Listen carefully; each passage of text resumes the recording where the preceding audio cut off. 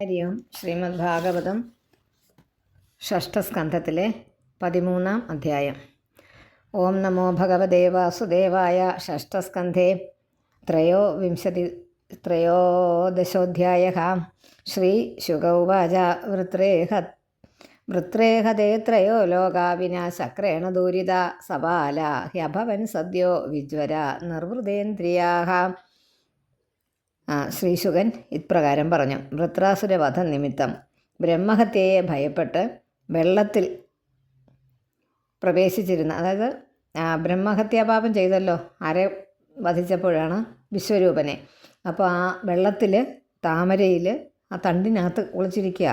അത് ബ്രഹ്മഹത്യാപാപം പേടിച്ച്. അങ്ങനെ ആ ഇന്ദ്രനെ ഭഗവാൻ രക്ഷിച്ചു എന്ന കഥയാണ് 13-ാം അധ്യായത്തിലെ വിഷയം. വൃത്രാസുരൻ്റെ വധം കൊണ്ട് ദേവേന്ദ്രൻ ഒഴികെ എല്ലാ ഈ ത്രിലോകവാസികളും അവരുടെ രക്ഷകരും ദുഃഖം തീർന്നവരായിട്ട് അവരവരുടെ സ്വസ്ഥാനങ്ങളിലൊക്കെ പ്രവേശിച്ച് അവിടെ അവർക്ക് കിട്ടാവുന്ന ഉചിതമായ ഭോഗവസ്തുക്കളെയൊക്കെ അനുഭവിച്ച് സന്തോഷവാന്മാരായി ഭവിച്ചു. പക്ഷേ ഇന്ദ്രന് മാത്രം പറ്റിയില്ല. കാരണം എന്താ? അദ്ദേഹം ഒളിച്ചിരിക്കുക. ബ്രഹ്മഹത്യാപാപം പേറി ഗുരുവിനെ വധിച്ചു. അത് കഴിഞ്ഞ് വേറൊരു ഗുരുവിനെ കൊണ്ടുവന്നു. അതൊരു ബ്രാഹ്മണനായിരുന്നു. അദ്ദേഹത്തെ വധിച്ചു. അതിൻ്റെ എല്ലാം പാപമുണ്ടല്ലോ. അതുകൊണ്ട് ദേവർഷി പിതൃഭൂതാനി ദൈത്യ ദേവാനുഗാസ്വയം പ്രതിജഗ്മു സ്വധിഷ്ണ്യാനി ബ്രഹ്മേശേന്ദ്രാദയസ്തതഃ. ആ അവസാനത്തെ വാക്ക് ബ്രഹ്മ ഈശ ഇന്ദ്രാദയ തഥ എന്നാണ്. ബ്രഹ്മേശേന്ദ്രാദയ, ബ്രഹ്മാവ്, ഈശൻ മുതലായവരും എന്നാണ്. ബ്രഹ്മേശേന്ദ്രാദയ, ആദയ മുതലായവർ. ബ്രഹ്മ ഈശ, കേട്ടോ. ഈശൻ, ബ്രഹ്മാവ്, ഈശൻ, ഇന്ദ്രൻ മുതലായവരെന്നുള്ള അർത്ഥത്തിലാണ് ബ്രഹ്മേശേന്ദ്ര എന്ന് വന്നത്. അത് വായിക്കുമ്പോൾ ശ്രദ്ധിച്ച് വായിക്കണമെന്നേ ഉള്ളൂ, പ്രത്യേകിച്ച് പിരിച്ചെഴുതാനില്ല. ദേവർഷി പിതൃഭൂതാനി ദൈത്യ ദേവാനുഗാസ്വയം പ്രതിജഗ്മു സ്വധിഷ്ണ്യാനി ബ്രഹ്മേശേന്ദ്രാദയസ്തത. ദേവന്മാർ, ഋഷികൾ, പിതൃക്കൾ, ഭൂതങ്ങൾ, ദൈത്യന്മാർ, ബ്രാഹ്മണന്മാർ, ഈശൻ, ഇന്ദ്രൻ മുതലായവ എല്ലാവരും ആ സ്ഥാനത്തിൽ നിന്ന് അവരവരുടെ സ്ഥാനങ്ങളിൽ എല്ലാവരും മാറി മാറിയൊക്കെ നടക്കുകയായിരുന്നു. ഈ വൃത്രനെ പേടിച്ച് രാജാധികാരം കിട്ടിക്കഴിഞ്ഞപ്പോൾ ഉള്ള അതിൻ്റെ ഓരോ പ്രശ്നങ്ങൾ കാരണം ഇവരെല്ലാം ഒളിച്ച് സ്വസ്ഥാനങ്ങളിൽ നിന്ന് ഭ്രഷ്ടരാക്കപ്പെട്ടവരൊക്കെ വീണ്ടും സ്വസ്ഥാനത്തേക്ക് വന്നു. ബാക്കി എല്ലാവരും ആരൊക്കെ? ഇന്ദ്രന് മാത്രം പറ്റിയില്ല. രാജോവാച എന്താണെന്ന് ചോദിക്കുക. രാജോവാച ഇവിടെ പരീക്ഷിതാണ് ചോദിക്കുന്നത്. പരീക്ഷിതുവാച എന്ന് പറഞ്ഞാലും മതി. ഇന്ദ്രസ്യാനിർ വൃത്രേർഹേതും അനിവൃത്രേ എന്നാണ് കേട്ടോ. നിർവൃതി ഇല്ലാത്ത എന്നുള്ള അർത്ഥത്തിലാണ് അവിടെ അനിവൃതേർഹേതും. ഇന്ദ്രസ്യാനിർവൃതേർഹേതും അങ്ങനെ തന്നെ ആക്കിക്കോട്ടോ. അനിവൃതേർന്ന് വായിക്കണ്ട, ഇന്ദ്രസ്യാനിർവൃതേർഹേതും എന്ന് വായിച്ചാൽ മതി. ഇന്ദ്രസ്യാനിർവൃതേർഹേതും ഇന്ദ്രസ്യാനിർവൃതേർഹേതും കിട്ടിയോ? ഇന്ദ്രസ്യാനിർവൃതേർഹേതും ശ്രോതുമിച്ഛാമി ഭോമുനെ ഏനാസൻ സുഖിനോ ദേവ ഹരേർദുഃഖം കുതോ ഭവത്. അല്ലയോ രാജാവ് ചോദിക്കുക, ശുകബ്രഹ്മർഷേ, ഇന്ദ്രന്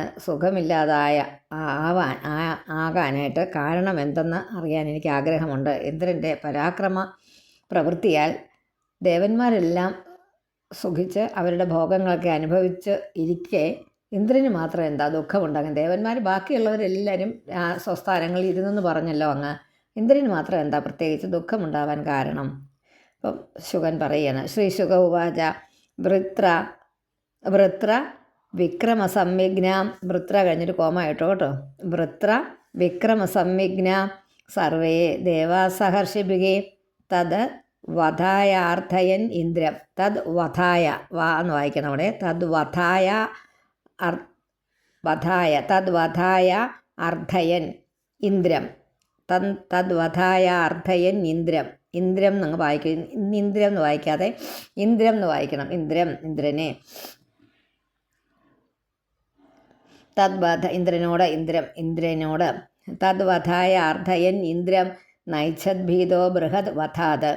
അത് ബൃഹത് വധാത് എന്ന് തന്നെ വായിച്ചോളുക. ഒന്ന് തെറ്റോ തിരുത്താനൊന്നുമില്ല. ആ ഒരു വാക്ക് മാത്രം രണ്ടാമത്തെ ലൈനിലെ ആദ്യത്തെ പാദം. തത് വധായാർത്ഥയൻ ഇന്ദ്രം. ഇന്ദ്രന് സന്താപ കാരണം, ദുഃഖിക്കാനുള്ള ആ സന്താപത്തിന് കാരണം പറയാനായിട്ട് തുടങ്ങുകയാണ് ശുകൻ. പൂർവ്വചരിത്രം ഒന്ന് പറയാതെ ഇത് പറയാൻ പറ്റില്ല. നമ്മൾ പറയില്ലേ, അതിൻ്റെ മുമ്പിലുള്ള കാര്യം കുറച്ച് പറയണം, എന്നിട്ട് വേണം ഇത് തുടങ്ങാനെന്ന്. വൃത്രാസുരൻ്റെ പരാക്രമ നിമിത്തം ദേവന്മാരും ഋഷികളും വളരെ ഭീതരായിട്ട് ഇന്ദ്രനോട് വൃത്രനെ വധിക്കണമെന്ന് അപേക്ഷിച്ചു. ഇന്ദ്രന് ബ്രാഹ്മണ വധത്തിൽ നിന്നുണ്ടായ ഭീതി നിമിത്തം വൃത്രവധത്തിന് ഇഷ്ടപ്പെട്ടില്ല. അനുഭവിച്ചതല്ലേ, അതുകൊണ്ട് ആ ബ്രഹ്മഹത്യാപാപം, അതിൽ നിന്നുണ്ടായ ഭീതി, തിളച്ചവെള്ളത്തിൽ വീണ പൂച്ച പച്ചവെള്ളം കണ്ടാൽ വറയ്ക്കുമെന്ന് പറഞ്ഞാൽ ഇന്ദ്രനൊരു ഭയം, അതുകൊണ്ട് ചെയ്തില്ല. ഇന്ദ്ര ഉവാച സ്ത്രീ ഭൂ ജല ദ്രുമൈരേനോ വിശ്വരൂപവധോദ്ഭവം വിഭക്തമനുഗൃഹ്ണദ്ഭിർ. അവിടെ നിർത്തണം, ഭിർ വരെ നിർത്തണം. പിന്നെ വൃത്രഹത്യാം ക്വ മാർജ്മി അഹം. സ്ത്രീ കോമ ഭൂ കോമ ജല കോമ ദ്രുമൈരേനോ. ഇത്രയും പേർക്കായിട്ട് ഭീതിച്ചു കൊടുത്തെന്ന് പറഞ്ഞില്ലേ, പാപം, ബ്രഹ്മഹത്യാ പാപം. സ്ത്രീകൾക്ക്, ഭൂമിക്ക്, ജലത്തിന്, വൃക്ഷങ്ങൾക്ക്. ദ്രുമം വൃക്ഷം. ദ്രുമൈഹി ഏനോ വിശ്വരൂപവധോദ്ഭവം, വിശ്വരൂപനെ വധിച്ചതുകൊണ്ട്. വിഭക്തമനുഗൃഹ്ണദ്ഭിർ വൃത്രഹത്യാം ക്വ മാർജ്മി അഹം. വിശ്വരൂപവധം നിമിത്തം പാപം ബാധിച്ച തന്നെ ബാധിച്ച പാപത്തെ ആർക്കൊക്കെയാണ്? സ്ത്രീകൾക്ക്, ഭൂമിക്ക്, ജലങ്ങൾക്ക്, ജലത്തിന്, വൃക്ഷങ്ങൾക്ക്, ഇതിനെല്ലാം വീതിച്ചു കൊടുത്തു. അങ്ങനെ വിഭജിച്ചെടുത്തതിനാൽ ഞാൻ അതിൽ നിന്ന് മുക്തനായി. വൃത്രവധം നിമിത്തമുണ്ടാകുന്ന പാപത്തെ പിന്നെ ഇനി എവിടെ കൊണ്ട് കളയും? കളയാനുള്ളതെല്ലാം കളഞ്ഞു. ഇനിയും പിന്നെയും വീണ്ടും വൃത്രവധം ചെയ്യുകയാണെങ്കിൽ വീണ്ടും ഒരു ബ്രഹ്മഹത്യാ പാപം ഉണ്ടാകുമോ, ആ വധം കൊണ്ടുണ്ടാകുമോ എന്നുള്ള പേടിയാണ് ഇന്ദ്രന്. അതാ ഇന്ദ്രൻ അങ്ങനെ പറഞ്ഞത്. ഋഷയസ്തതുപാകർണ്യ മഹേന്ദ്രം ഇതം അബ്രുവൻ. മഹേന്ദ്രം ഇതം എന്ന് വായിച്ചോണം. മഹേന്ദ്രം ഇതം അബ്രുവൻ യാജയിഷ്യാമ ഭദ്രം തേ ഹയമേധേന മാ സ്മ ഭൈ. ഭൈഹി എന്നുണ്ട്, ഭൈ എന്ന് വായിച്ചാൽ മതി. അപ്പോൾ ഇന്ദ്രൻ പറഞ്ഞത് കേട്ടപ്പോൾ ഋഷികൾ ദേവേന്ദ്രനോട് ഇങ്ങനെ പറഞ്ഞു, അതുകൊണ്ട് അങ്ങ് പേടിക്കേണ്ടതില്ല, അങ്ങേക്ക് മംഗളം ഉണ്ടാകട്ടെ. നിവൃത്തിക്ക് പാപം ഇല്ലാതാക്കാനായിട്ട് ഞങ്ങൾ അശ്വമേധയാഗത്താൽ അങ്ങയെ യജിപ്പിക്കാം. അശ്വമേധയാഗം ചെയ്തപ്പം നമ്മൾ പറയാറില്ലേ, സ്വാമിജി പറയുന്ന ഉദാഹരണം എന്താ, വക്കീലന്മാരോട് നമ്മൾ പറയുമ്പം എന്തെങ്കിലും കാര്യങ്ങൾക്ക് ഒരു കോടതിയിൽ നിന്ന് വിധി ഉണ്ടായാൽ അടുത്ത കോടതി ഉണ്ടല്ലോ, നമുക്ക് അതും കൂടെ ചെയ്ത് നോക്കാം. ആ വിധി താഴ്ന്ന കോടതിയിൽ വിധിച്ചു, അത് കഴിഞ്ഞ് നമുക്ക് പിന്നെ ഹൈക്കോടതിയിൽ പോകാം, അതും കഴിഞ്ഞാൽ നമുക്ക് സുപ്രീം കോടതിയിൽ പോകാം, അത് കഴിഞ്ഞാൽ നമുക്ക് പ്രസിഡൻറ്റിന് ദയാഹർജി കൊടുക്കാം. അങ്ങനെ പല മാർഗ്ഗങ്ങളുണ്ട്. അപ്പോൾ അത് ഞങ്ങൾ ഇതിനകത്ത് അശ്വമേധയാഗത്തിൻ്റെ നടത്തി നിൻ്റെ ആ പാപത്തെ ഞങ്ങൾ കഴുകിക്കളയാം. അതാണ് നമ്മൾ ഇതിനകത്തൊക്കെ പറയാണ്ട്, യാഗം നടത്തുകയാണെങ്കിൽ പാപങ്ങൾ ഇല്ലാതാകുമെന്ന് അന്നത്തെ കാലത്തെ ഒരു വിശ്വാസം ഉണ്ടായിരുന്നു. അതുകൊണ്ട് ചെയ്യാമെന്ന് അവർ സമാധാനിപ്പിച്ചു. ഹയമേധേന പുരുഷം പരമാത്മാനമീശ്വരം ഇഷ്ട്വാ നാരായണം ദേവം മോക്ഷ്യസേപി ജഗത് വധാത്. ഹയമേധേന പുരുഷം അവിടെ വരെ നിർത്തുക. പരമാത്മാനമീശ്വരം ഇഷ്ട്വാ നാരായണം ദേവം അവിടെ നിർത്തണം, 8 അക്ഷരം. മോക്ഷ്യസേപി ജഗത് വധാത്. ചെയ്ത പാപത്തിൻ്റെ ഫലം അനുഭവിക്കാതെ ഒരു നിവൃത്തിയും കിട്ടുമോ എന്ന് ഒരു ശങ്കയും വേണ്ട. ആ ഫലം നമ്മൾ പറഞ്ഞ് സാധാരണ നമ്മുടെ നാട്ടിലൊരു പറച്ചിലുണ്ട്, കൊന്നാൽ പാപം തിന്നാൽ തീരുമെന്ന്. അതിൻ്റെ അർത്ഥം അത് ആ വാക്യാർത്ഥം മാത്രം എടുത്ത് ഒരുപാട് പറയാറുണ്ട്. അതിൽ ജീവിയെ കൊന്നാൽ എന്തെങ്കിലും ഈ നമ്മൾ വീട്ടിൽ വളർത്തുന്ന ജീവികളെയൊക്കെ കൊന്ന് ഭക്ഷിക്കാറുണ്ടല്ലോ, നമ്മൾ കോഴിയൊക്കെ. അപ്പോൾ അതിന് പറയും കൊന്ന കഴിഞ്ഞാൽ അത് തിന്നാൽ മതി, അത് തീരുമെന്ന്. അങ്ങനെ അർത്ഥത്തിലല്ല കേട്ടോ അങ്ങനെ പറയുന്നത്. അങ്ങനെ തെറ്റിദ്ധാരണയുണ്ടെങ്കിൽ അതൊന്ന് മാറ്റിക്കോണം.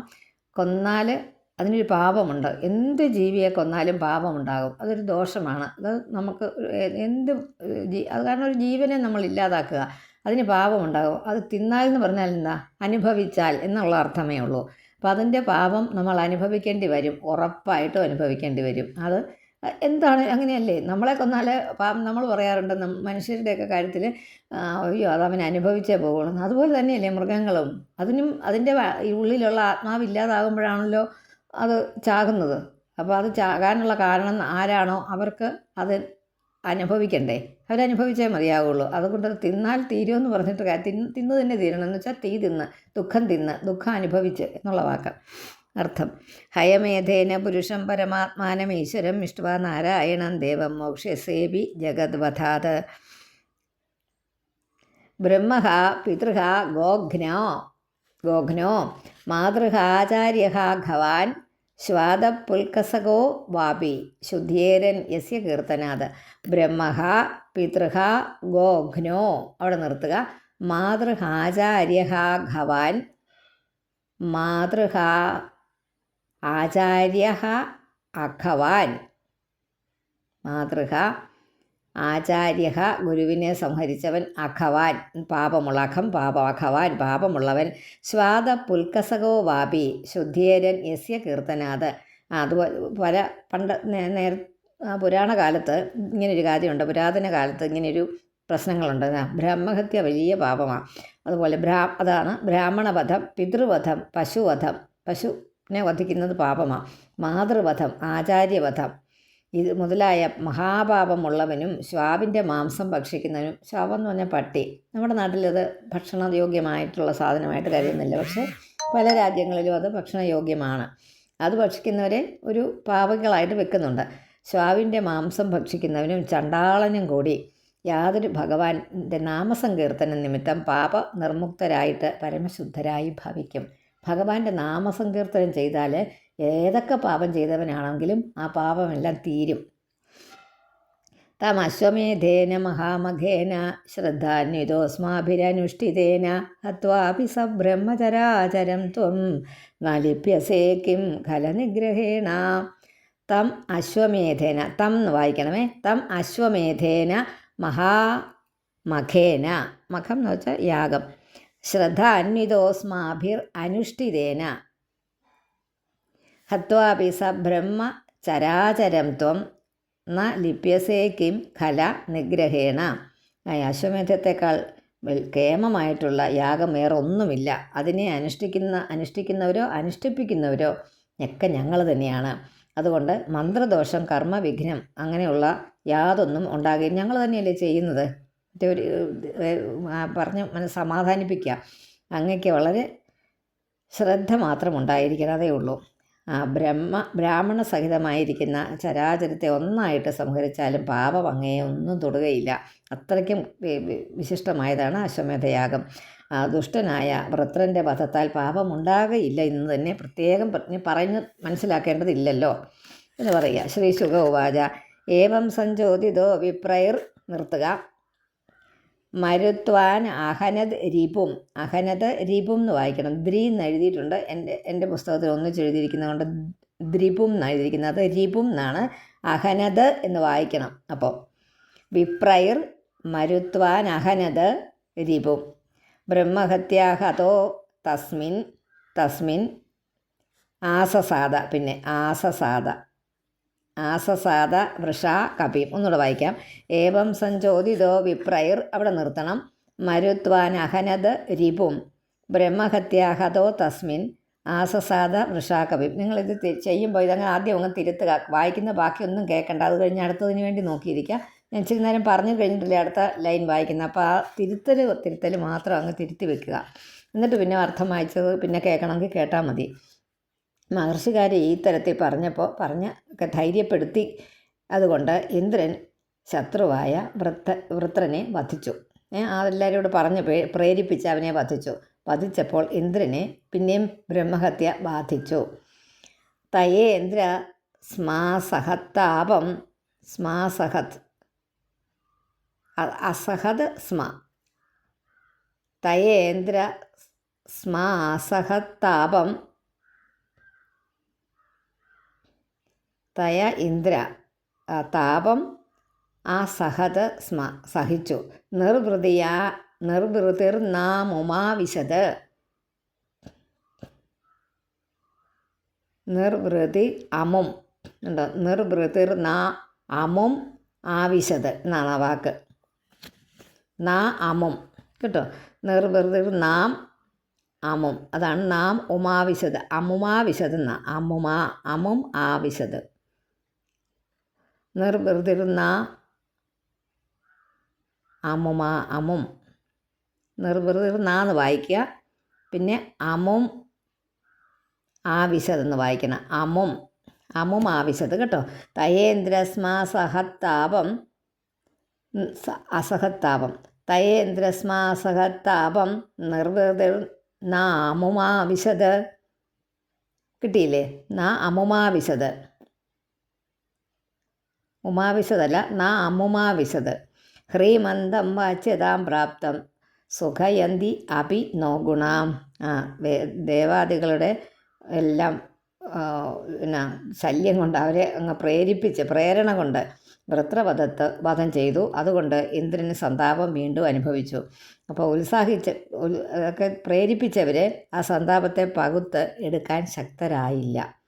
അതുകൊണ്ട് ഇന്ദ്രന് സുഖവും ഉണ്ടായില്ല. ഇതൊക്കെ അശ്വമേധം ചെയ്ത എത്ര 1 കോടി ബ്രാഹ്മണന്മാരെ കൊന്നാലുള്ള പാപവും ഞങ്ങൾ തീർത്തു തരാമെന്നൊക്കെ പറഞ്ഞ് പ്രേരിപ്പിച്ചാണ് അവനെ കൊണ്ട് ചെയ്യിപ്പിച്ചത്. എന്നിട്ടോ ഇന്ദ്രന് ഒരു ദുഃഖത്തിന് നിവൃത്തി ഉണ്ടായില്ല. ധീരനും സ്വർഗാധിപതിയുമല്ലേ ഇന്ദ്രൻ. എന്തുകൊണ്ടാണ് സുഖമുണ്ടാകാഞ്ഞത് എന്നാലോചിച്ചിട്ട് ഫലമില്ല. സ്വർഗത്തിൻ്റെ അധിപതിയാണ്, പക്ഷെ സുഖമില്ല, മാനസികമായ ഒരു സന്തോഷമില്ല. സ്വർഗത്തിലെ ഐശ്വര്യത്തെ ആഗ്രഹിച്ചിട്ട് സ്വർഗത്തിൻ്റെ സുഖം അനുഭവിക്കാനാണല്ലോ, സ്വർഗത്തിലെ ഇന്ദ്രനാണല്ലോ, ദേവന്മാരുടെ ഇന്ദ്രനാണല്ലോ ഈ ദേവേന്ദ്രൻ. എന്നിട്ട് പോലും അദ്ദേഹത്തിന് മനസ്സിന് സുഖമുണ്ടായില്ല. ബ്രാഹ്മണനെ ബ്രഹ്മ ജ്ഞാനമുള്ള ആളിനെ വധിച്ചവൻ ലോക അപവാദത്താൽ ലജ്ജിതനായിരിക്കുന്ന അവന് എത്ര തന്നെ സന്തോഷവും ഐശ്വര്യവും ഒക്കെ എല്ലാം ഉണ്ട്, ധൈര്യം ഉണ്ടായിരുന്നാലും ഒരു സുഖമുണ്ടാവുകയില്ല, സ്വസ്ഥത ഉണ്ടാവുകയില്ല. മനസ്സിലായല്ലോ പറഞ്ഞതിൻ്റെ എല്ലാ അർത്ഥം? ബോധമുള്ളവർക്കെല്ലാം മനസ്സിലായി. എന്തൊക്കെ ഉണ്ടെങ്കിലും മനസ്സിന് സ്വസ്ഥതയില്ലെങ്കിൽ, ആ മനസ്സിന് സ്വസ്ഥതയില്ലാത്തത് എന്താണ്? തെറ്റുകൾ ചെയ്തിട്ടുണ്ടെന്നുള്ള ഓർമ്മയാണ് നമ്മളെ മനസ്സിനെ ഏറ്റവും അധികം ദുഃഖിപ്പിക്കുന്നത്. ഒന്നെങ്കിൽ നമ്മൾ തെറ്റ് അവരോട് വേറൊരാളിനോട് ചെയ്തെന്നുള്ള കാരണം കൊണ്ടുള്ള ദുഃഖം, അല്ലെങ്കിൽ വേറെ മറ്റുള്ളവർ നമ്മളോട് ചെയ്തത് നമുക്ക് ഹിതമായിട്ടില്ലെങ്കിലുള്ള ദുഃഖം, പിന്നെ രോഗദുഃഖം, പിന്നെ ഉള്ളതെന്താ? നമ്മുടെ ഭക്ഷണം കഴിക്കാനില്ലാത്ത വിശപ്പ്, അതായത് അന്നം കിട്ടാത്തതിൻ്റെ ആ ഒരു ദാരിദ്ര്യം എന്നുള്ള വാക്ക് നമുക്ക് വേണമെങ്കിൽ ഉപയോഗിക്കാം. ദാരിദ്ര്യ ദുഃഖം, ഭക്ഷണത്തിനുള്ള ദാരിദ്ര്യ ദുഃഖം, അതും ഒരു ദുഃഖമാണ്. ഇങ്ങനെയല്ലാത്തൊരു ദുഃഖവും ലോകത്തിലില്ല. നമ്മൾ അങ്ങോട്ട്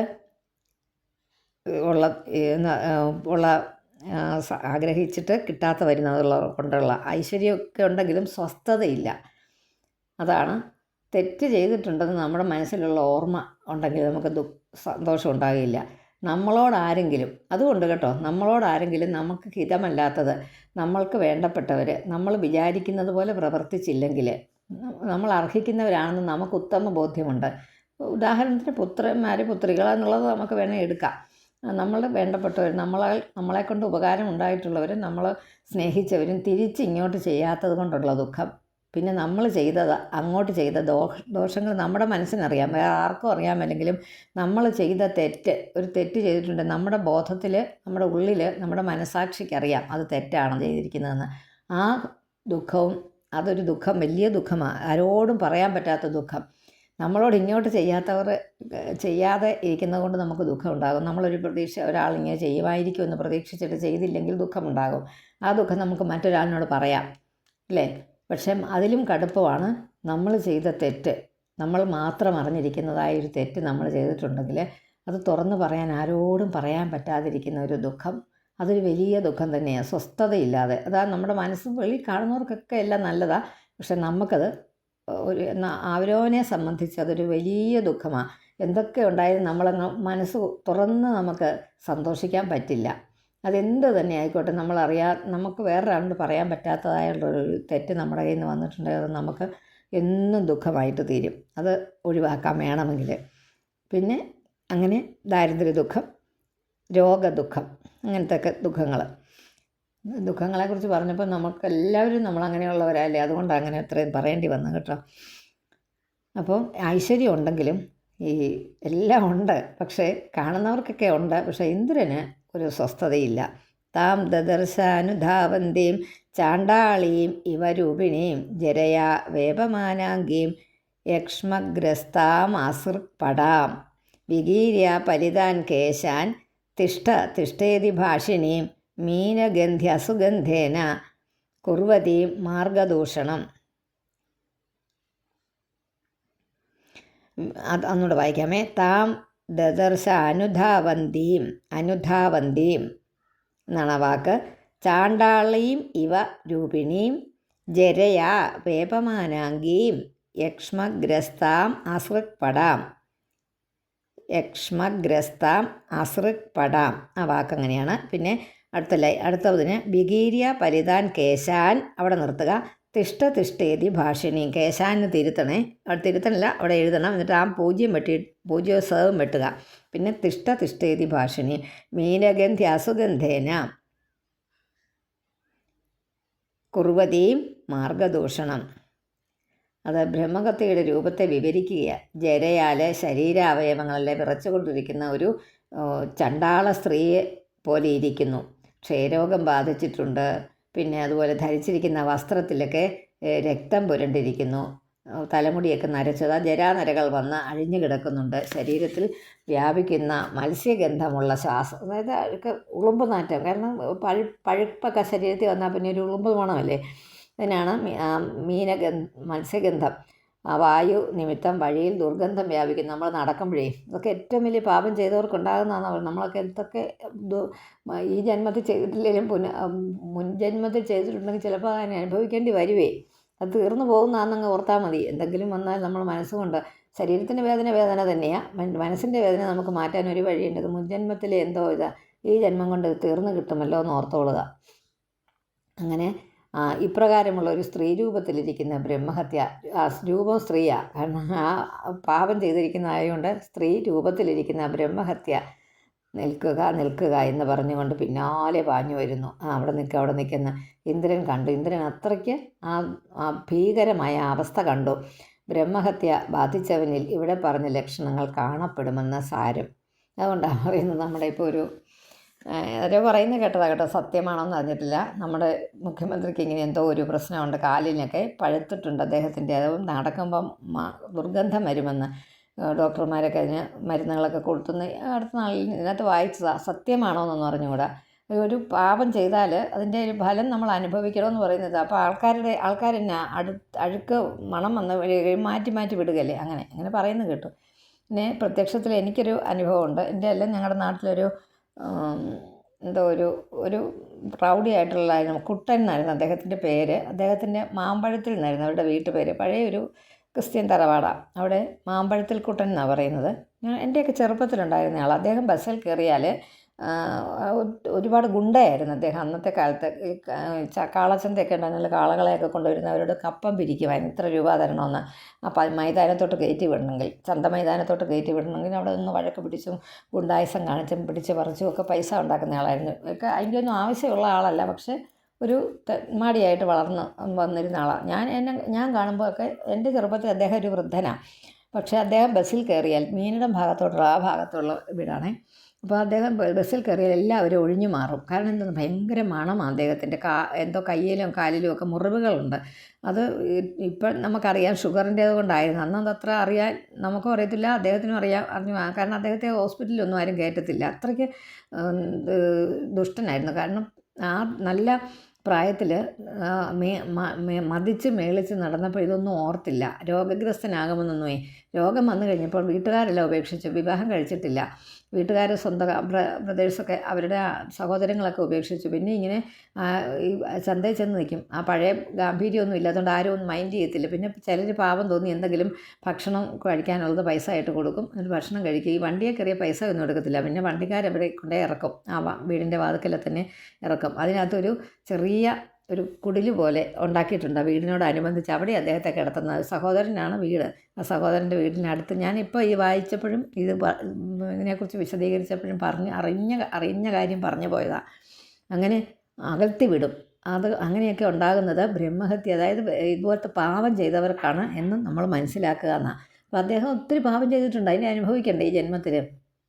നമ്മൾ പറയുന്ന ഒറ്റ വാക്ക് പുഴുത്ത പട്ടിയെ ഓടിക്കുന്ന പോലെ ഓടിച്ചു വിടും. അപ്പോൾ പുഴുത്ത പട്ടിക്ക് മണമുള്ളതുകൊണ്ടാണ്. അങ്ങനെയൊക്കെ നടക്കുന്നുണ്ടെങ്കിൽ, അങ്ങനെ ആൾക്കാർ നമ്മുടെ കൂടെ നടക്കുന്നുണ്ടെങ്കിൽ നമ്മൾ ഓർത്തോളുക, എന്തോ പാപം, കഠിനമായ പാപം ചെയ്തിട്ടാണ് ഈ അനുഭവം വന്നതെന്ന്. നമ്മൾ പറയാറുണ്ടല്ലേ, വളരെ രോഗം കൊണ്ട് ഇങ്ങനെ ബുദ്ധിമുട്ടി കിടക്കുന്നവരെ കാണുമ്പോൾ എന്ത് പാപം ചെയ്തിട്ടാണോ അദ്ദേഹം ഇങ്ങനെ കിടക്കേണ്ടി വന്നത്. നമ്മുടെ കണ്ണിൽ ഒരു പാപമില്ല. ചിലപ്പോൾ ഒരു പക്ഷേ അദ്ദേഹത്തിന് അറിയാവുന്ന പാപം തന്നെ ഉണ്ടാകാം ഈ ജന്മത്തിൽ തന്നെ, അതോ കഴിഞ്ഞ ജന്മത്തിലെയാണോ എന്ന് നമുക്കറിഞ്ഞുകൂടാ. അത് തിരുത്താനുള്ളത് തിരുത്തി. മീനഗന്ധ്യ അസുഗന്ധേന കുർവതീം മാർഗദൂഷണം. അത് അത്രയേ ഉള്ളൂ. ഇങ്ങനെ ഓരോ ബ്രഹ്മഹത്യ ബാധിച്ച, അതായത് ഇതുപോലത്തെ വലിയ പാപം ചെയ്തവരിലാണ് ഇത്തരത്തിലുള്ള ലക്ഷണം കാണുന്നത്. ദുർഗന്ധം വ്യാപിക്കുന്നുണ്ട്. അങ്ങനെ ഓരോ തരത്തിലുള്ള ബുദ്ധിമുട്ടുകൾ അനുഭവിക്കുന്നവരെ കാണുമ്പോൾ ഓർത്തുകൊള്ളുക, ഇവരെന്തോ വലിയ പാപം ചെയ്തിട്ടുണ്ടെന്ന്. എന്നോ കാലത്ത്, ഏതോ ജന്മത്തിൽ. നഭോഗതോ ദിശ സർവ സഹസ്രാക്ഷോ വിശാംപതേ പ്രാഗ് ഉദീചിയും. പ്രാഗ് ഉദീചിയും എന്ന് വന്നത്. അത് നിങ്ങൾ മനസ്സിലാക്കിയാൽ മതി, തിരുത്തി എഴുതണ്ട. പ്രാഗ് ഉദീചിയും, അതായത് കിഴക്ക് വടക്ക് ദിക്കിനെയും. പ്രാഗ് ഉദീചിയും ദിശം തൂർണം പ്രവിഷ്ടോ നൃപ മാനസം. അല്ലയോ രാജാവേ, ബ്രഹ്മഹത്യയെ ഭയപ്പെട്ട ഇന്ദ്രൻ ആകാശത്തിൽ എത്തി. അവിടെയും ബ്രഹ്മഹത്യയെ കണ്ടു. അവിടെ അദ്ദേഹം ചെല്ലുമ്പോഴൊക്കെ ബ്രഹ്മഹത്യ ഇങ്ങനെ അദ്ദേഹത്തിൻ്റെ പുറകെ സ്ത്രീരൂപത്തിൽ നടക്കുകയാണ്. സർവ്വദിക്കുകളിലും പാഞ്ഞൊളിച്ചു. അവിടെയെല്ലാം ഈ ബ്രഹ്മഹത്യ കൂടെ ചെന്നു. പെട്ടെന്ന് ഈശാനകോളിൽ പ്രവേശിച്ച് അവിടെയുള്ള മാനസ സരസിൽ മുങ്ങി. ഈ ഭൂമിയുടെ ഈശാനകോണിലാണ് മാനസ സരസ്. ഭൂമിയുടെ ഈശാനകോണിലാണ് മാനസ സരസ്. അതിൽ മുങ്ങി. അതോടുകൂടി സകല പാപങ്ങളും തീരും. അതിനകത്ത് പിന്നത്തെ പറയുന്നുണ്ട്, ഈ പുഷ്കരനാളതന്തുവിന്, അതായത് താമരയുടെ ഇതളിൽ ഇതിനകത്തൂടെ പോയി ഒളിച്ചിരുന്നെന്നൊക്കെ അത് പറയാം. ഇനി അടുത്ത ശ്ലോകത്തിൽ സ ആവസത് പുഷ്കരനാളതന്തോൻ അലബ്ധഭോഗോ യദിഹാഗ്നിദൂതഃ വർഷാണി സാഹസ്രമലക്ഷിതോന്തഃ സഞ്ചിന്തയൻ ബ്രഹ്മവധാത് വിമോക്ഷം. അത് ബ്രാഹ്മണവധം നിമിത്തം ബാധിക്കുന്നതായ ഈ ബ്രഹ്മഹത്യയിൽ നിന്നൊഴിയുവാൻ ഒരു മാർഗവുമില്ല എന്തെന്നുള്ള ചിന്തയോടുകൂടി ഇന്ദ്രൻ ഒരുപാട് സംവത്സരക്കാലം എന്തു ചെയ്തു? മാനസ സരസിലെ തടാകത്തിൽ താമരത്തണ്ടിലുള്ള നൂലുകൾ, താമരത്തണ്ട് ഇങ്ങനെ പോകുന്നതിനകത്ത് ആരാലും കാണാതെ കുറേ വർഷക്കാലം താമസിച്ചു. ആഹാരം കൊണ്ടുവന്ന് കൊടുക്കാനുള്ള ഭൃത്യനായ അഗ്നിക്കാണല്ലോ അതിൻ്റെ അവകാശം.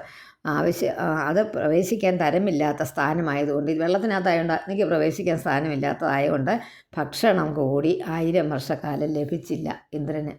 അപ്പോൾ ഈ ദാരിദ്ര്യ ദുഃഖം അനുഭവിക്കുന്നവർ ഓർത്തോളുക, എന്നെങ്കിലും ഒരിക്കൽ ഏതെങ്കിലും ജന്മത്തിൽ, അല്ലെങ്കിൽ ഈ ജന്മത്തിൽ എപ്പോഴെങ്കിലും നമ്മൾ ഒരു ബ്രഹ്മഹത്യക്ക് സമാനമായ ഒരു ദുർവൃത്തി ചെയ്തിട്ടുള്ളത് കൊണ്ടാണ് ഈ അനുഭവം വന്നതെന്ന് ഓർത്തുകൊള്ളുക.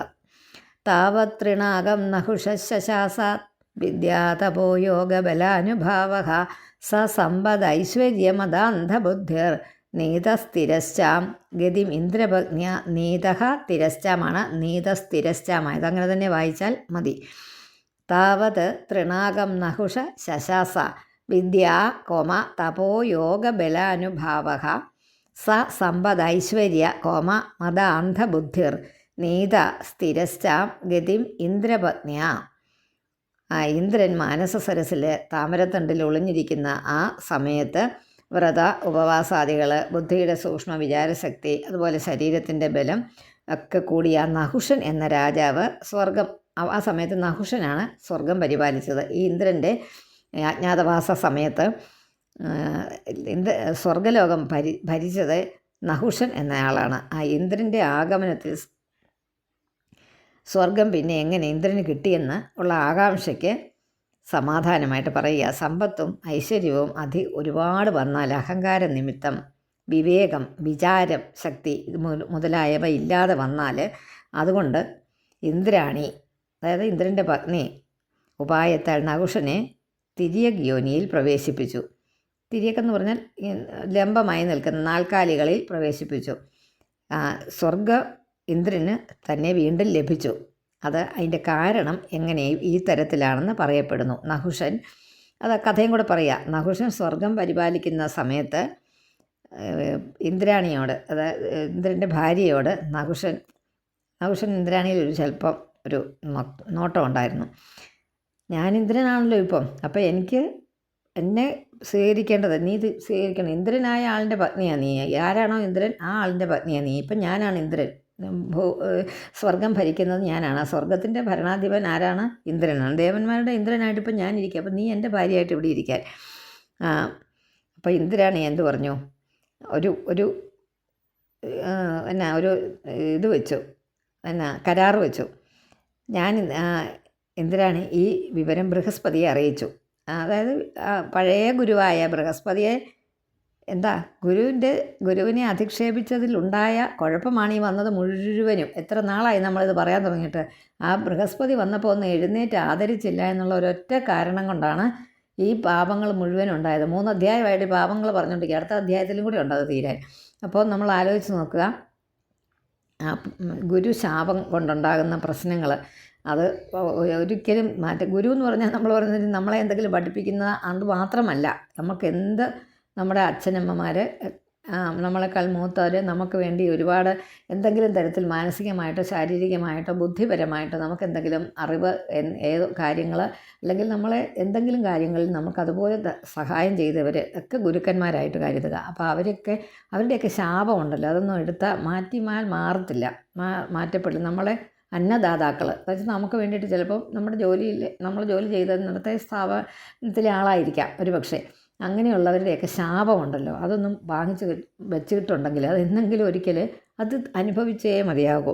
അപ്പോൾ അത് ഭയങ്കര പ്രശ്നമുള്ള ഇതാണെന്ന്. എത്ര നാളായി ഇന്ദ്രനൊന്ന് ഇറങ്ങി സ്വന്തം ഇഷ്ടപ്രകാരം ജീവിച്ചിട്ട് ആ ബൃഹസ്പതി അവിടെയുള്ള അനാദരവ്. അപ്പോൾ ഇന്ദ്രാണി എന്ത് ചെയ്തു? ബൃഹസ്പതിയെ തന്നെ ശരണം പ്രാപിച്ചു പറഞ്ഞു, അല്ലയോ ബൃഹസ്പതി, അല്ലയോ ഗുരു, എന്നോടിപ്പോൾ നഹുഷൻ പറയുന്നത് ഞാൻ അദ്ദേഹത്തിൻ്റെ ഭാര്യയായിരിക്കാൻ എനിക്കത് സാധ്യമല്ല. അപ്പം ബൃഹസ്പതി പറഞ്ഞു കൊടുത്തു, ഈ ഒരു ഇത് വെക്കുക, നമുക്ക് ഒരു ഉപാധി വെക്കാം. എങ്ങനെയാ? ബ്രാഹ്മണർ വഹിക്കുന്ന വാഹനത്തിലിരുന്ന് വരിക. ബ്രാഹ്മണരായിട്ട് ബ്രഹ്മജ്ഞാനികളായുള്ളവർ ഒരു വഹിക്കുന്ന, അതായത് പല്ലക്കിനകത്ത് കയറി ഇന്ദ്രാണിയുടെ അടുത്ത് ചെല്ല്, അങ്ങനെയാണ് ഞാൻ നിൻ്റെ ഭാര്യയാകാമെന്ന് സ്വീകരിച്ചുകൊള്ളാം എന്ന് പറയാൻ ഇന്ദ്രാണിയോട് ഉപദേശിച്ചു കൊടുത്തു. ആര്? ബൃഹസ്പതി. അതായത് ദേവഗുരു, അന്നത്തെ ദേവഗുരു. അങ്ങനെ അഗസ്ത്യനൊക്കെ ഭയങ്കര മഹാഋഷിമാരാണ്. അഗസ്ത്യൻ മുനിയെ പോലെയുള്ളവരെ കൊണ്ട് ഈ പല്ലക്കെടുപ്പിച്ച് കൊണ്ടുപോകുമ്പോൾ ഈ മന്ദമായിട്ട് ഗമിക്കും. അതായത് അദ്ദേഹം ചെറുതായിരുന്നെന്നാണ് പറയുന്നത്. അഗസ്ത്യ മുനി വളരെ പൊക്കം കുറഞ്ഞ ആളായിരുന്നെന്ന്. അപ്പോൾ അഗസ്ത്യ മഹർഷിയെ കൊണ്ട്, അപ്പോൾ അഗസ്ത്യനോട് സർപ്പ എന്ന് പറഞ്ഞ് കാൽ കൊണ്ട് ചവിട്ടി, എന്നുവെച്ചാൽ വേഗം പോ എന്ന് പറഞ്ഞ് ഈ നഹുഷൻ, ഈ ഇന്ദ്രാണിയെ കിട്ടാനുള്ള മോഹത്തിലേ അന്നുകൊണ്ട് കനകം മൂലം കാമിനി മൂലം കലഹം പലവിധം ഉലകിൽ സുലഭം. അത് നമ്മുടെ കുഞ്ചൻ നമ്പ്യാർ എഴുതിയതാണ്. ഇപ്പോഴും അത് ശരിയാണ്. ഇതെല്ലാം നടക്കുന്നത് കലഹം, കാമിനിയും കലഹം പലവിധം ഇപ്പോൾ നമ്മൾ മറന്നു വിട്ടുപോയി. സ്വർണവും കനകം മൂലം കാമിനി മൂലം, കനകം സ്വർണം, കാമിനി സ്ത്രീയെ, ഇവർ രണ്ടും കൊണ്ടാണ് ഈ ലോകത്തിലുണ്ടാകുന്ന എല്ലാ വഴക്കുകൾക്കും കാരണം. അപ്പോൾ അത് ഏത് തരത്തിലുള്ള ധനമായാലും, സ്ഥലം കൊണ്ട് ധനമുണ്ടാകാം, സ്വർണ്ണമാകാം, കനകമെന്ന് പറഞ്ഞാൽ സ്വർണ്ണമാകാം, പണം നേരിട്ടുള്ള പണമാകാം, ഒക്കെ അതെല്ലാം ഒന്ന് തന്നെ. അതുപോലെ കാമിനി ഒരു സ്ത്രീ, അവരെ സംബന്ധിച്ചുള്ള പ്രശ്നമാണ് ഈ ലോകം മുഴുവൻ നടക്കുന്നത്. അപ്പോൾ ഈ നഹുഷനും ഇന്ദ്രാണിയെ പ്രാപിക്കാൻ വേണ്ടിയിട്ട്, ഇന്ദ്രാണി ഭാര്യയാകാൻ വേണ്ടിയിട്ട് ഈ മഹർഷിമാരെ കൊണ്ട്, സപ്തർഷികളായിട്ടുള്ള, അതായത് വലിയ മഹാമഹർഷിമാരെ കൊണ്ട് പല്ലക്കെടുപ്പിച്ചുകൊണ്ട് അതിൽ കയറിയിരുന്ന് ഇന്ദ്രാണിൻ്റെ അടുത്ത് എന്നാൽ എനിക്ക് ഇന്ദ്രാണി സ്വന്തമാകുമല്ലോ. അപ്പോൾ ഈ അഗസ്ത്യൻ കുഞ്ഞായതുകൊണ്ട് അയാൾ പതുക്കെ നടക്കുകയുള്ളൂ. അപ്പോൾ അദ്ദേഹത്തിന് ഒപ്പിച്ചാൽ മറ്റവരും ചെയ്യുള്ളൂ. അപ്പോൾ എന്ത് പറ്റി? ഈ നഹുഷൻ ഇതിനിരുന്നോട്ട് സർപ്പ എന്ന് പറഞ്ഞ് ചവിട്ടുക ഈ അഗസ്ത്യനെ. അപ്പോൾ സർപ്പ എന്ന് പറഞ്ഞ് കാൽ കൊണ്ട് ചവിട്ടി. സർപ്പോ ഭവ എന്ന് അദ്ദേഹവും പറഞ്ഞു. ആര്? അഗസ്ത്യൻ പറഞ്ഞു, നീ സർപ്പമായി പോകട്ടെ എന്ന്. അങ്ങനെ സർപ്പമായി ഭവിക്കുക എന്ന് അഗസ്ത്യൻ ശപിച്ചതിനാൽ ഒരു മലമ്പാമ്പായിട്ട് ഈ നഹുഷൻ ഭൂമിയിൽ വീണു. തതോ ഗതോ ബ്രഹ്മഗിരോപഹൂത ഋതംഭരധ്യാന നിവാരിതാഖ. ഋതംഭരധ്യാന അവിടം വരെ നിവാരിതാഖ എന്ന് വായിച്ചോണം. തതോ ഗതോ ബ്രഹ്മഗിരോപഹൂത ഋതംഭരധ്യാന നിവാരിതാഖ. പാപസ്തു ദിഗ്ദേവതയാ ഹത ഔജാഹ. പിന്നെ സ വെട്ടിയിട്ട് തം എന്ന് മാത്രം മതി. ഹത ഔജാഹ എന്നാക്കുക. സ്താം അല്ലെങ്കിൽ സ്തം. തം നാഭ്യഭൂതാവിതം. അഭ്യഭൂത് നാഭ്യഭൂതവിധം ഉണ്ടോ, അഭ്യബോധം എന്നാക്കണം. നാഭ്യബോധം എന്നില്ലേ അവിടെ, അത് അഭ്യബോധ അവിധം, അഭ്യബോധ അവിധം വിഷ്ണുപജ്ഞ തം ച പറഞ്ഞില്ലല്ലോ. തതോ ഗതോ ബ്രഹ്മഗിരോപഹൂത ഋതംഭരധ്യാന നിവാരിതാഖ പാപസ്തുദിഗ്ദേവതയാ ഹത ഉജാഹ തം നാഭ്യഭൂത അവിധം വിഷ്ണുപജ്ഞ. ഋതംഭര, അതായത് നഹുഷൻ്റെ നാശം കഴിഞ്ഞിട്ട് ബ്രാഹ്മണരുടെ ഉപദേശപ്രകാരം ഇന്ദ്രൻ സ്വർഗത്തെ തന്നെ എത്തി. സത്യസങ്കല്പനായ ആ ഭഗവാൻ മഹാവിഷ്ണു തൻ്റെ സങ്കല്പത്താൽ ബ്രഹ്മഹത്യയുടെ ദോഷാംശത്തെ തടുത്തു, ഇല്ലാതാക്കി. ഈശാനദിക്കിൻ്റെ അധിപനായ രുദ്രനും ബ്രഹ്മഹത്യയുടെ പ്രബലതയെ നശിപ്പിച്ചു കളഞ്ഞു. അങ്ങനെ മാനസ തടാകത്തിലെ താമരയിൽ വസിച്ചിരുന്ന ആ വിഷ്ണുപത്നിയായ ലക്ഷ്മി ദേവിയും ഇന്ദ്രനെ രക്ഷിച്ചു. അവർ താമരയ്ക്കകത്തിരിക്കുകയാണല്ലോ, താമരയിലാണല്ലോ ലക്ഷ്മി ദേവി, അതിൻ്റെ തണ്ടിനകത്ത് കയറി ഒളിച്ചിരിക്കുന്നത് ആര്? ഇന്ദ്രൻ.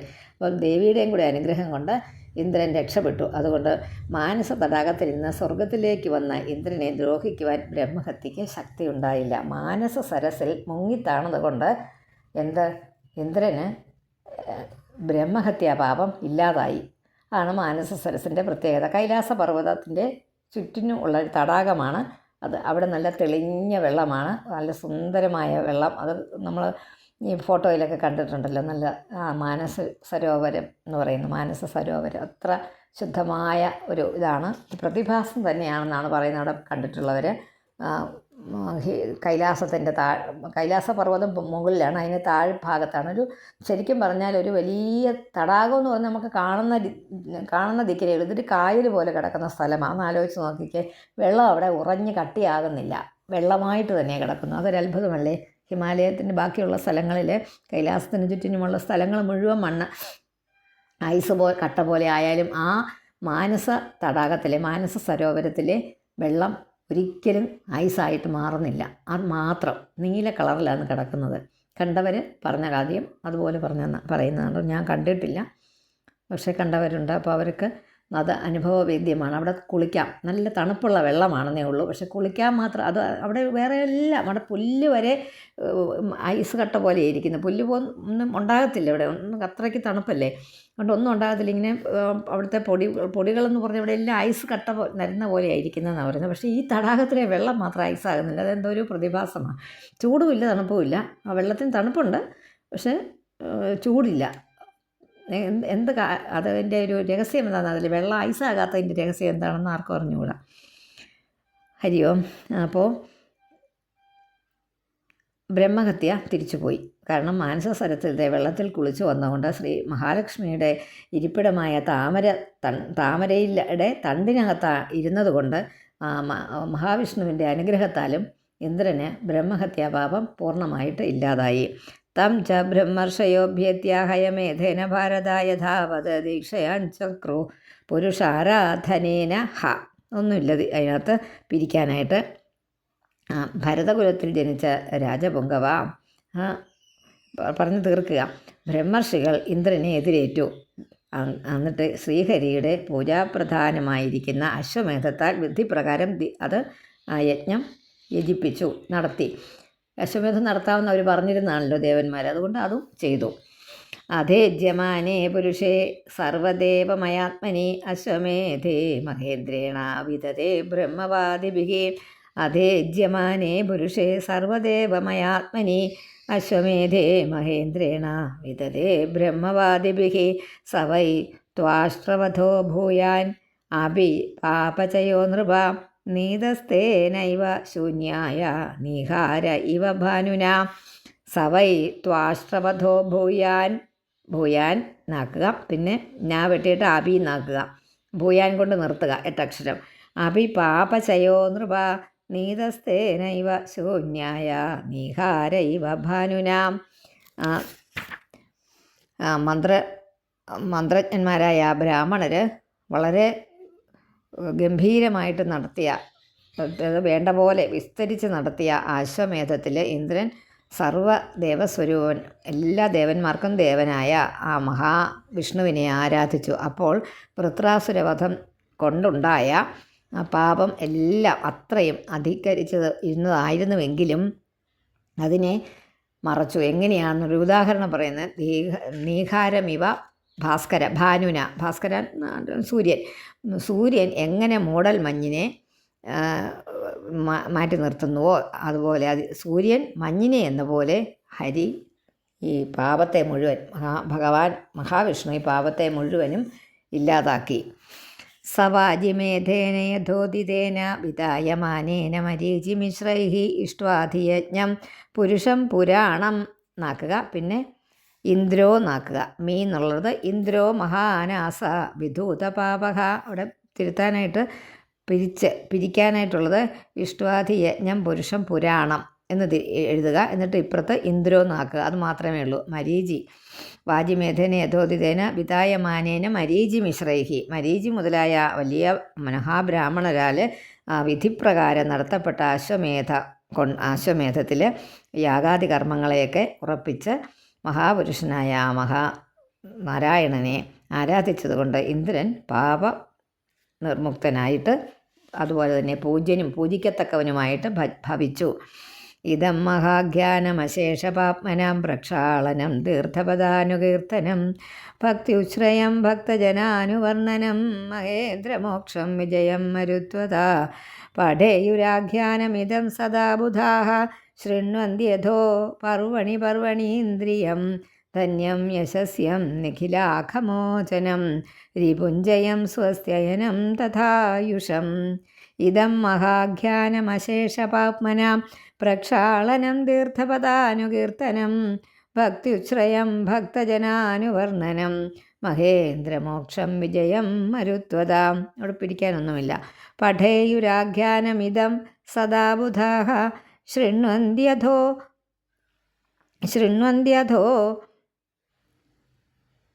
പർവണീന്ദ്രിയം ധന്യം യശസ്യം നിഖിലാഖമോചനം രിപുഞ്ജയം സ്വസ്ത്യയനം തഥായുഷം.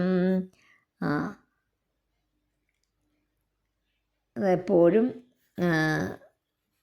സകല പാപത്തെയും നിഖില ആഖമോചനം, അഖം എന്ന് പറഞ്ഞ പാപം എല്ലാത്തിനെയും ഇല്ലാതാക്കുന്ന രിപുഞ്ജയം, ശത്രുക്കളെ ജയിക്കുന്നതാണ് സ്വസ്ത്യയനം, സ്വസ്തി സംഭവിക്കുന്നതാണ്, അതായത് മംഗളം ഭവിക്കുന്നതാണ്. സ്വസ്തി പ്രജാഭ്യ മംഗളം ഭവിക്കട്ടെ എന്ന്. ഇന്ദ്രിയം, ഇന്ദ്രിയ ശക്തിയെ വർദ്ധിപ്പിക്കുന്നതും ആയുസ്സിനെ വർദ്ധിപ്പിക്കുന്നതും. പിന്നെ മഹാഖ്യാനം, മഹത്തായ ഈ ആഖ്യാനത്തെ എപ്പോഴും പഠിപ്പിക്കുകയോ പർവണി പുണ്യകാലം തോറും ശ്രവിക്കണം, ഇടയ്ക്കിടയ്ക്ക് ഇത് കേൾക്കണം. ധന്യം യശസ്യം, യശസ്സിനെ വലുതാക്കുന്നതാണ്. ഇന്ദ്രന് മോക്ഷം കിട്ടിയില്ലേ അതാ. പഠേയുരാഖ്യാനമിതം സദാപുത ശൃണ്വന്ത്യഥോ. അത് കേൾപ്പിക്കുന്നവനോ കേട്ടോ സൂചിപ്പിക്കുന്ന നോക്കട്ടെ. ഈശ്വര പ്രക്ഷാളന നാശകൻ അശേഷ പാപ്മനാം, എല്ലാ പാപങ്ങളെയും ഇല്ലാതാക്കുന്നതാണ്. മഹേന്ദ്രമോക്ഷം, ഇന്ദ്രൻ്റെ മോക്ഷം. നിഖില അഖമോചനം, അഖം പാപം അത് നമ്മൾ പറഞ്ഞല്ലേ. ആയുസ്സിനെ അധികരിക്കുന്നതുമാണ് മഹാഖ്യാനം. ആ ആഖ്യാനത്തെ വിദ്വാൻമാർ സദാ പഠേയും, എപ്പോഴും പഠിക്കണം. അല്ലെങ്കിൽ പർവണി പുണ്യകാലം തോറും ഏതെങ്കിലും പുണ്യകാലത്തിൽ ഇത് വായിക്കണം. നമ്മൾ പറയുക വൈശാഖ മാസം പുണ്യകാലമാണ്, ഇപ്പം മണ്ഡലവ്രതക്കാലമാണ്, ഇങ്ങനത്തെ സമയങ്ങളിലൊക്കെ ഇത് വായിക്കണം, ശ്രവിക്കണം, കേൾക്കണം എന്ന് പറഞ്ഞുകൊണ്ട് ഈ അധ്യായം അവസാനിക്കുന്നു. ഹരി ഓം.